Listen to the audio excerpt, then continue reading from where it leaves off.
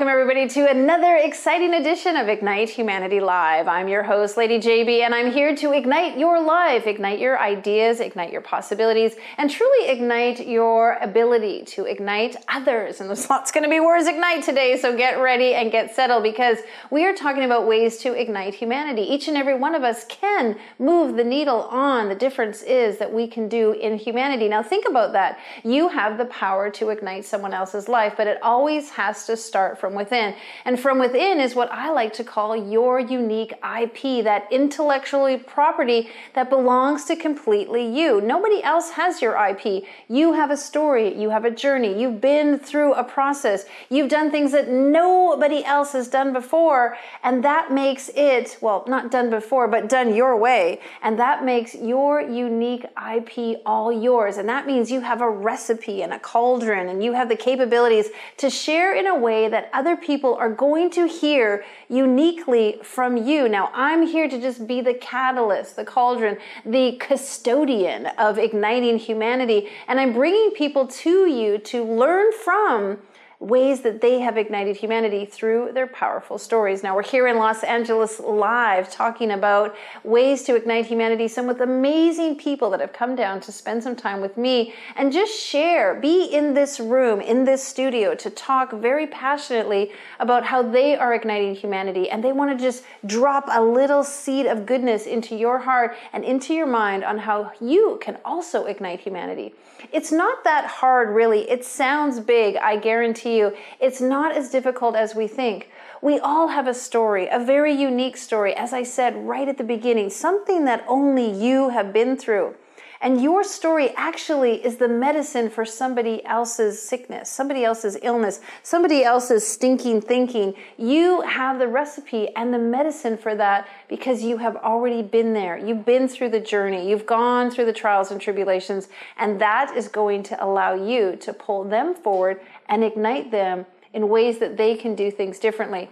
Now, imagine if we were each igniting ourselves, if we were each stepping into what's possible for us, and if we were each helping and sharing and inspiring the next person, how that would create a ripple effect around the globe that would allow us to very quickly ignite one another. Now, we're talking, we've just been through a virus, but can you imagine the virus of positivity, the impact of infiltrating so many people with the abilities for them to be the greatest version of themselves. And that's the power of this show. And that's the power that me and my guests would like to instill in you. Now, I have had guests every single morning, Monday to Friday, coming to us live and talking about their Ignite moments, and you can watch them all on our platform. Go to ignitehumanity.live/watch, and you can see all of our previous episodes and check out some of the ways that our guests have been igniting lives. Also, if you want to do it live, you can see us on Traverse TV, and you can see us on Facebook. Go to Ignite Television on your phone or your laptop or your iPad, and you can watch us live also wherever you are. So if you're running or jogging or driving, we want to still ignite you through our Facebook feed. And of course, you can find us on YouTube. We're all over the place on multiple different networks, reaching out to over 4 million people, talking about ways to ignite humanity. And we're glad that you're here right now. All right, well, let's get started and not waste any time. I have an incredible guest. Welcome to the show. Happy to have you here. This is Mitchell Ruiz. He is a business consultant and super connector, and he's going to tell us about ways that we can super connect, not just with others, but with ourselves. What would you say about that word super connector? Thank you for having me. Yeah, thanks for being here. Thanks for showing up. It's super connected for me. I feel like is exactly what you just said. It's such a simple concept of connecting with yourself and being true to that. And when you're, in recognition that we have so many more things in common than we do the opposite, you feel confident in sharing certain things about yourself that people, respond to. Right, they want to know more. Exactly, so. Sometimes people think about super connectors and they feel like it's, I got to get something from you. I want you to give me something, and we connect on a level of like tit for tat or trade.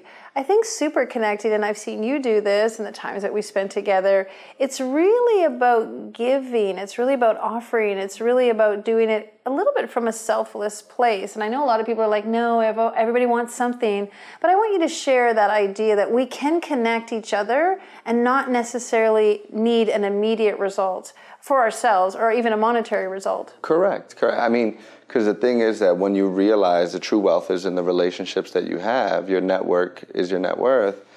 And it's part of like, an abundance mindset. When your cup is overflowing, you know that the universe is going to respond to that, and you being a vibration and the universe being a reflection of that.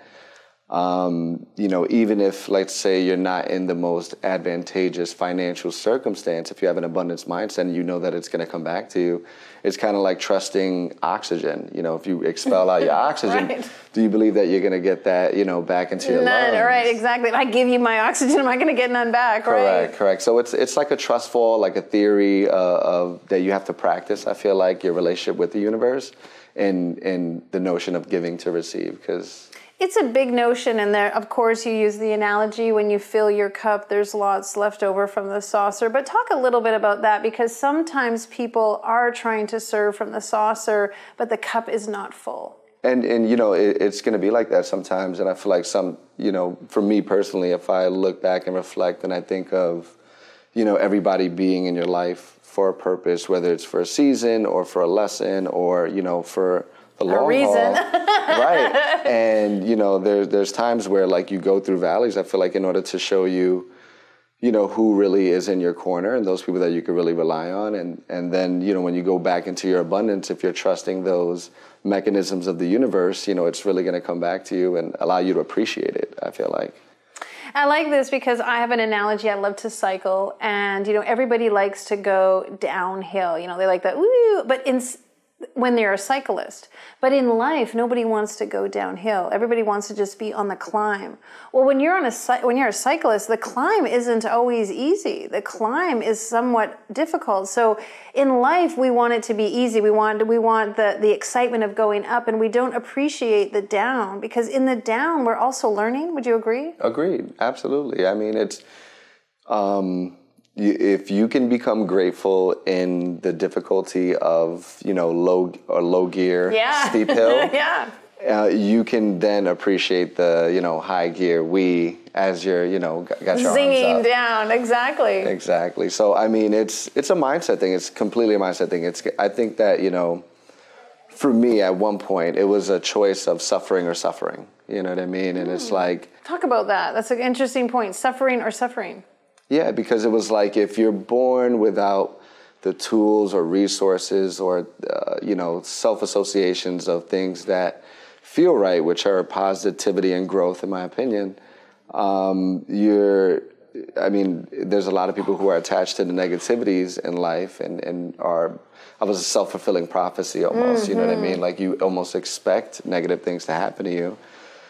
And so it took, I feel like just that faith of like, okay, things could be good, and trusting that, and just having that become part of like the everyday way of thinking. Like, so I'm grateful for every single strife that had transpired, because it was a part of me coming to this moment of gratitude.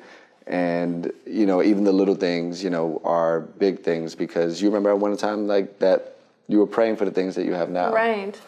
So. I've heard a great phrase called prepare for your prayers, because a lot of times we're praying for something, but we're not really preparing for it to unfold. Have you had that situation where you really wanted something and then it showed up, but you realized that maybe you could have been more prepared, or you could have been more, well, I like what you said, grateful. I mean, whatever part of that process, the gratitude actually makes us in the preparation of the fruition. For sure. Exactly. It's the self-awareness that comes with those perceived failures. They say like success is like a stairway of failures, essentially. But I feel like every time when you're taking a step in the dark, you get more self-awareness as to how high you should lift your leg, for each step. So once you have that muscle memory, like you really take that success, and I feel like a nugget that I would share that has really helped me tremendously. Yeah, do share. Let's hear it. Getting on a winning streak. Like, because if you're on a winning streak, like, it doesn't matter what is transpiring, you see the silver lining. And if you could wrap that silver lining around, your eyeballs and just say that this is all that I want to see, you're going to see more things that are happening for you. And yeah, it's insane how, like, I feel like I've practiced this, and coming from a lineage of like pure pessimism and like more victimhood mindset, it's like, I had to share this with people, essentially. It becomes like a necessity. Because sometimes our story, we wrap ourselves in our story. And if our story isn't perfect or pristine or everything we want, we become a victim of our story versus the hero of our story. Correct. Has there been a time in your life where you felt like the hero of your story? Oh, I mean, every day I get to be dad. I mean, like, to me, that's, no matter what I accomplish, being a present dad, a dad that can work from home and kind of like do what live as I please. To me, that's the ultimate success, because I feel like, the next generation is really what we're leaving this world to. So true. So, always looking at it through a lens of that. I mean, really putting together this conference, that is like the dream that I've had when I had my abundance epiphany, and realizing that I can accomplish anything. Why am I holding back? Mm-hmm. And so being like in a position where now all the pieces are together, and this practice of manifestation it shows itself to be exactly what, the idea. Right. I mean, just dreams come true. I mean, like, that's really, if there's a message that I could say is like, follow me on Instagram so I can show you what I'm doing. But absolutely, dreams come true. Well, let me ask you this then, the opposite side of the question. Has there been a time where you were a victim in your story? Oh, yeah. I mean, when I was raised in the Bronx, we were raised very disenfranchised. So you come from a place where, like, why even try? It's easy to throw dirt on yourself because you just feel that valueless. And so, like, for me, I remember when I was coming out of my 20s, I moved from the Bronx to Miami. Miami, was living by myself, for 2 years, and was homeless and went through a bunch of different changes. But then I moved upstate New York, and that going from mega metropolitan to the middle of nowhere, kind of just self-reflective opportunity, I realized that there was suffering. There was only a hard road ahead, and that I needed to educate. So, I mean, in that darkness, there was still a candle of wick of light that I knew that if I just cultivated that little fire, that eventually, okay, something's going to come of this. And so, I remember, like, it has to be a necessity. And my point of necessity was when I had went through, like, abuse, like self-abuse and just drug abuse. And I almost hurt myself, almost killed myself. And in that process, you realize, like, man, I don't want to die. And when you realize what you're willing to fight for, it's like, I'll give anything, especially now, even, 10 years later, I have children. I mean, I'm going to fight for life until, my last breath to make sure that I'm here being a positive influence. But it would be that moment of, like, real, like a resurrection, essentially, where your old self dies and you're like, okay, I'm willing to live a life of purpose. Do you feel like there is that moment in our lives where if we don't rise up, we will be brought to our knees? Absolutely. I feel like that's part of, like, the phases of life. We're constantly going to be brought to that moment, and there's going to be hard choices that we have to make with our graceful bow out of this experience, so. Because we have to rise. And one of the philosophies of Igniting Humanity is really about evolution and evolving. And I think that if we decide we're not going to evolve, if we decide that the Velveeta sandwich is just good enough. Right. If we decide that the clicker, I don't know if they still have clickers, the remote control is still good enough, if that's Alexa, all we need, right? Exactly.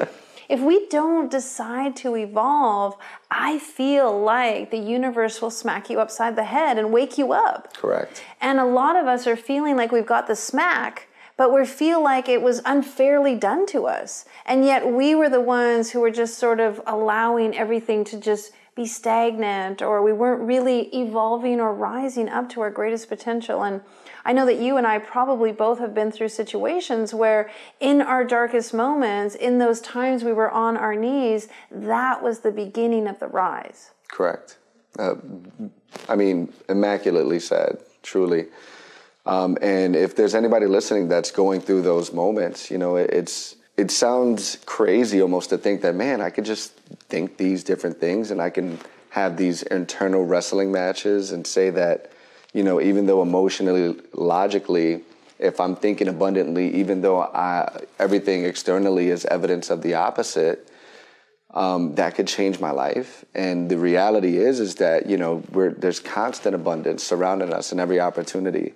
And so for me, I always try to share like the importance of financial literacy, because, you know, if you don't understand the matrix of exchange and trade and the perception of value, you're not able to, you know, see the opportunities to provide value in giving and helping somebody solve a problem that they may have. So it's always for me financial literacy and then abundance mindset, manifestation. If you can combine those two, there's really nothing that you can't create. It's really like the Legos, I feel like, of this current... Okay, financial literacy is also a big thing for me, because I wasn't really taught growing up that we need to save, or we need to have consciousness around money, or that money is energy, or that we can use money to multiply.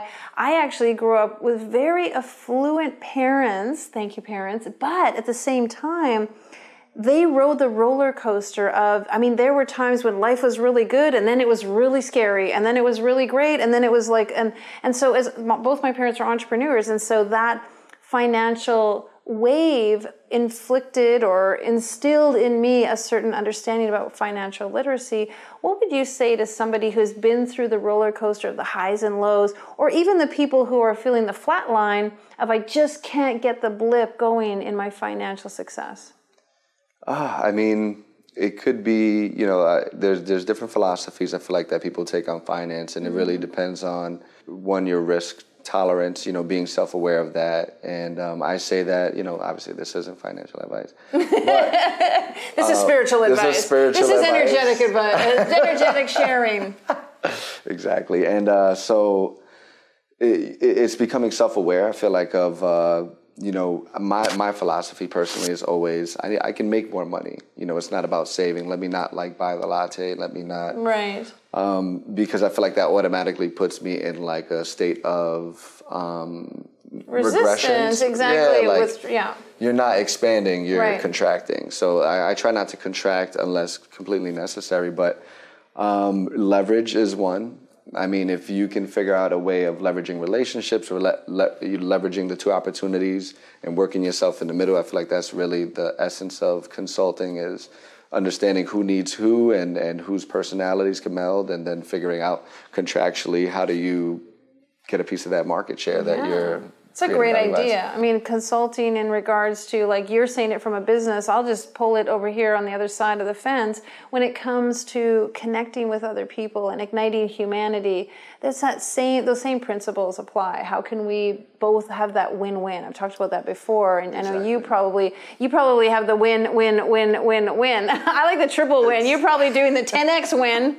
There's so many, in connecting people, there's not a resource that you don't get access to. There's always a way to help somebody, because I feel like it's, there's a certain dynamic to like a complete entrepreneur, whether it's like your CPA, your lawyer, you have your marketing team, you have, just all those different components that are complete. And when you see that, you see the deficiencies in other people's practices, and it's just an easy, that they can see like, oh my God, I needed this, right, inside of my cog. So isn't it true that connecting also, when you think about it, like if you connect, somebody says, I really need a great babysitter, and you're like, oh, well, I actually know somebody, I'll connect you with them. Or, I really would love it if somebody would, I could find a landscaper, and my cousin's a landscaper. And so the essence of connecting really is providing a need for somebody, not selfishly, I have the best babysitter and the best landscaper and none for you. Would you feel like for those people like who are thinking like, how can I connect humanity? How can I be a super connector? Is it really just the understanding that there's enough for everyone? It's that, but it's what that creates, I think, which is like if you know that the sustenance is going to be there, it creates the next perception, which is the excitement for what that's going to create. So when you have that excitement, that's, you think about it, we're an electrical charge. So technically there's 1 billion volts of lightning inside of a lightning bolt, right? Right. And within us, each cell, there's about 0.7, volts each cell. And we have 37.5 trillion cells in our bodies. So we're technically close to 3 trillion volts of electricity. So igniting and being excited and like those different like mechanical, physiological things that you can activate into from your mindset, they have these tests that they do on the brain that show like when somebody's thinking about one thing and then they think about something that ignites them, the chemical release, the voltage, everything, your aura literally increases. So. And someone once told me that we actually have more energy in our bodies than the sun. And I thought that was pretty amazing because of all of, as what you just said, all of the power and the energy within us, which is really quite amazing if you really think about it. And even if it's not true, why not? It'd be kind of a cruel thing to say, I have more power than the sun. And that is really a lot of what we talk about. It is a belief system. It's not that you have to believe a lie or you have to believe something that isn't true, but you have to believe in something that's going to propel you. Correct. Mm-hmm. And it exposes you to the things that, are either half-truths, whole truths, or just a truth to you. Like sometimes there's going to be things that, only you can see from the accumulation of thoughts and experiences that make you your unique self.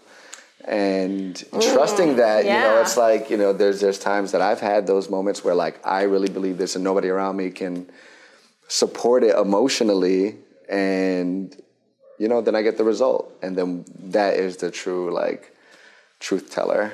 Well, I'll tell you a personal story. I actually grew up with a small hearing impairment and I struggled in school a lot. And I ended up going to a summer camp and I was 12. I ended up telling everybody that I had a high IQ. I literally told everybody that I had a genius IQ, which it wasn't true. And nobody was quite sure if I was making it up or not.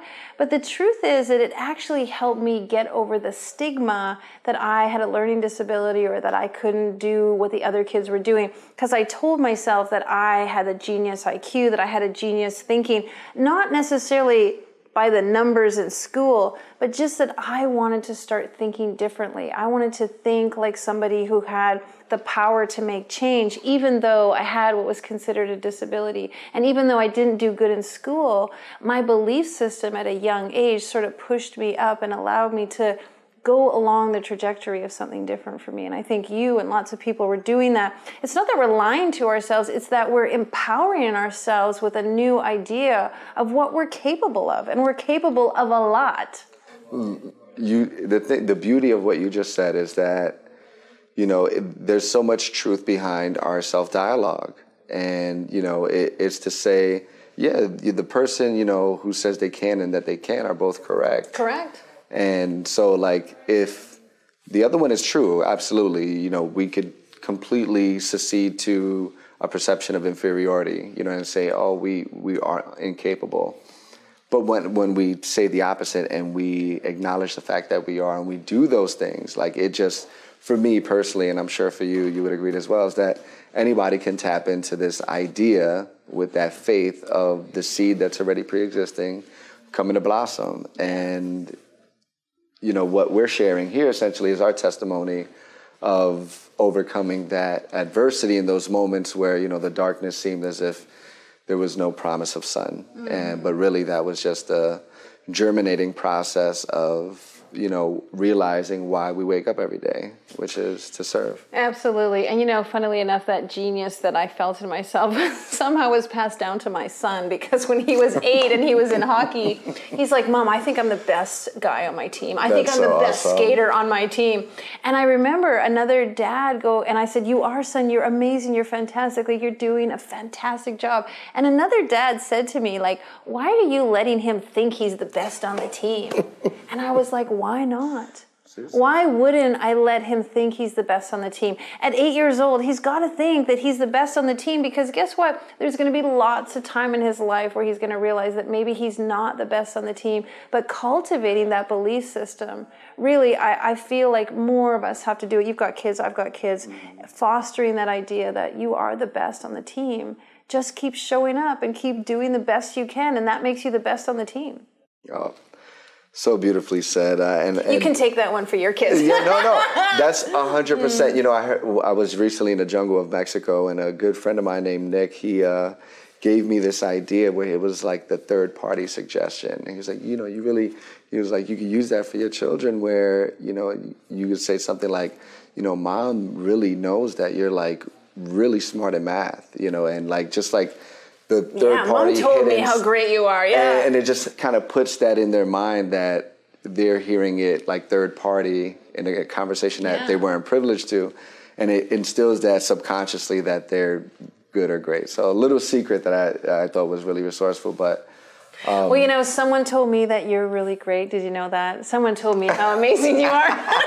Someone actually was telling me how wonderful you are. You're really, really great. Did you know that? Tony, is that you? Thanks for being on the show. I so appreciate it. And I just really look forward to us doing some more magical things together to ignite humanity. Absolutely. Thank you for having me, honestly. Truly an honor. Yes, absolutely. Well, as you can see, you can think whatever it is you want to think, but make sure you think in ways that are empowering you and inspiring you. And if you've got people around you, little people, be encouraging to them. And if you've got big people around you, your parents or your friends, also be encouraging to them, because what you say you create and what you think you believe. And so why not instill that in the people around you and be a super connector? Be willing to introduce people to each other and be willing to share more of what you have, because when we all share, we all benefit. And what we want is each and every one of us benefiting, because the truth is there is enough for all of us. There's more than enough. We have so many, as you heard, powerful energies in each and every one of our cells. We can make huge things unfold through the power of our intentions and through the direction that we move in. And when we believe it, we bring it into being. And I know it's complicated in many ways, but it's actually quite simple, because if you decide it's for you, then it's for you. And if you want something, then something, that very thing wants you. And no idea or passion or desire comes to you without the knowingness that you are the one capable of bringing it into being. So trust that and know that and believe in that. You've got this. It's here for you. And you know that what you do absolutely is going to ignite humanity. Well, if you've missed any of our episodes or you want to watch more of this one again, go to ignitehumanity.life/watch and you can see this episode and all of our episodes entirely free to you, no charge. All you got to do is sign in. If you want to ignite lives of children, we encourage you to be a part of our initiative. We are building schools around the globe, and you could go to ignitehumanity.life/donate. Every dollar you donate buys a brick for our schools, and we are building schools that are igniting literacy, and so we want you to be a part of making a difference in a child's life by igniting them through the schools that we build. And if you just want to know what we're up to, well, come on over to ignitehumanity.life and find out about our documentary, our book series, and all of the things that we're doing. And last but not least, if you want to be on the show, go on over to ignitehumanity.life/share and tell us all about you, because you could be sitting right here beside me igniting humanity. All right, take care. Now, more than ever, we need to come together to connect with one another.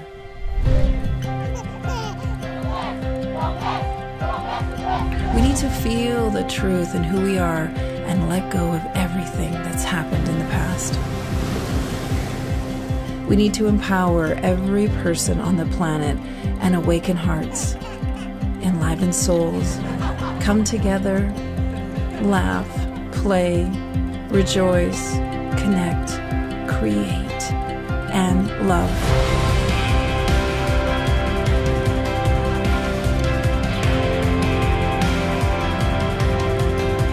It's time to ignite humanity. We want you to be a part of something that will impact the future for everyone. We want you to tell your story, share your Ignite moment, show people who you truly are. Be a part of igniting humanity and making a difference in the world and all of our futures.